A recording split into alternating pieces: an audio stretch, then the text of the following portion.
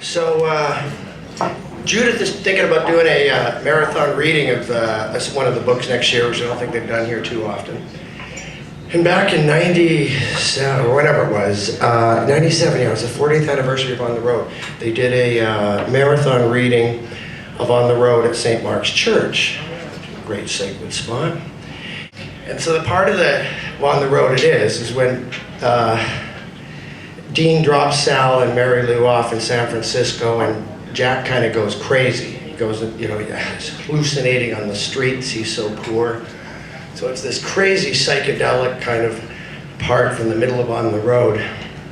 And Dave and I used to do this back in New York we did about 100 shows together. We did this piece a few times, and it's been like 10 years since we've seen each other and performed. I wrote this down on the top of the thing. You said to me after we did it one time, man, that was Laurence Olivier meets Lenny Bruce meets Marcel Marceau. I've still got his quote written here. So, okay, here we go. This is when Jack has lost it in San Francisco. I walked around the street, picking butts from the street. And I passed a fish and chips joint on Market Street, but not the Market Street in Lowell, San Francisco. And suddenly the woman in there gave me a terrified look as I passed. She was the proprietress. She apparently thought I was coming in there with a gun to hold up the joint. I walked on a few feet, and it suddenly occurred to me, this was my mother of about 200 years ago in England. And I was her evil footpad son, returning from jail to haunt her honest labors in the hashery. I stopped, frozen with ecstasy on the sidewalk. I looked down Market Street. I didn't know whether it was that or Canal Street in New Orleans. It led to water, ambiguous, universal water, just as 42nd Street in New York leads to water. And you never know where you are. And I thought of Hunky's ghost in Times Square. Man, I was delirious. And I wanted to go back and leer at my strange Dickensian mother in that hash joint. I tingled all over. It seemed I had a whole host of memories leading back to 1750 in England.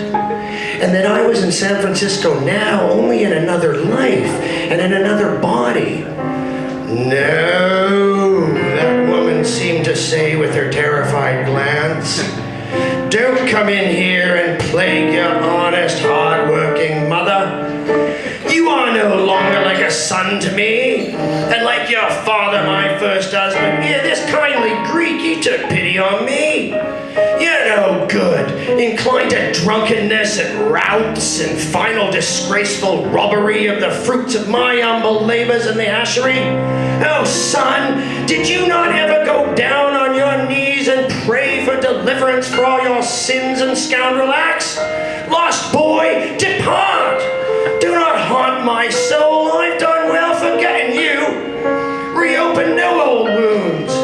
Be as you never returned and looked in on me to see my laboring humilities, my few scrubbed pennies, hungry to grab, quick to deprive, sullen, unloved, mean-minded son of my flesh. Son, son!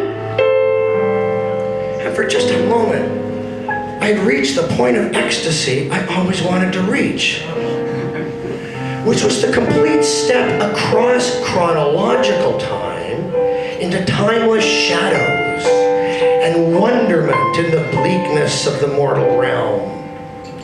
And the sensation of death kicking at my heels to move on, with a phantom dogging its own heels, and myself hurrying to a plank where all the angels dove off and flew into the holy void of uncreated emptiness. The potent and inconceivable radiances shining in bright mind essence. Innumerable lotus lands falling open in the magic moth swarm of heaven. I could hear an indescribable seething roar which wasn't in my ear but everywhere, and had nothing to do with sounds.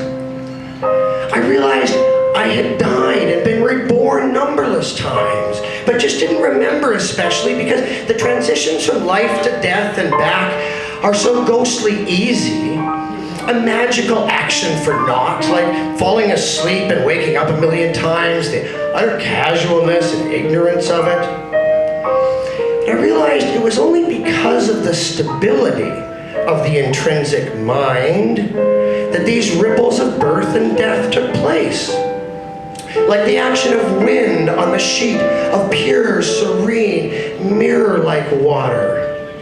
I felt sweet, swinging bliss, like a big gulp of wine in the late afternoon that makes you shudder. My feet tingled. I thought I was going to die the very next moment. But I didn't die. So I walked 4 short miles and picked up 10 long butts and took them back to Mary Lou's hotel room and poured them in my old pipe and lit up. I was way too young to know what had happened.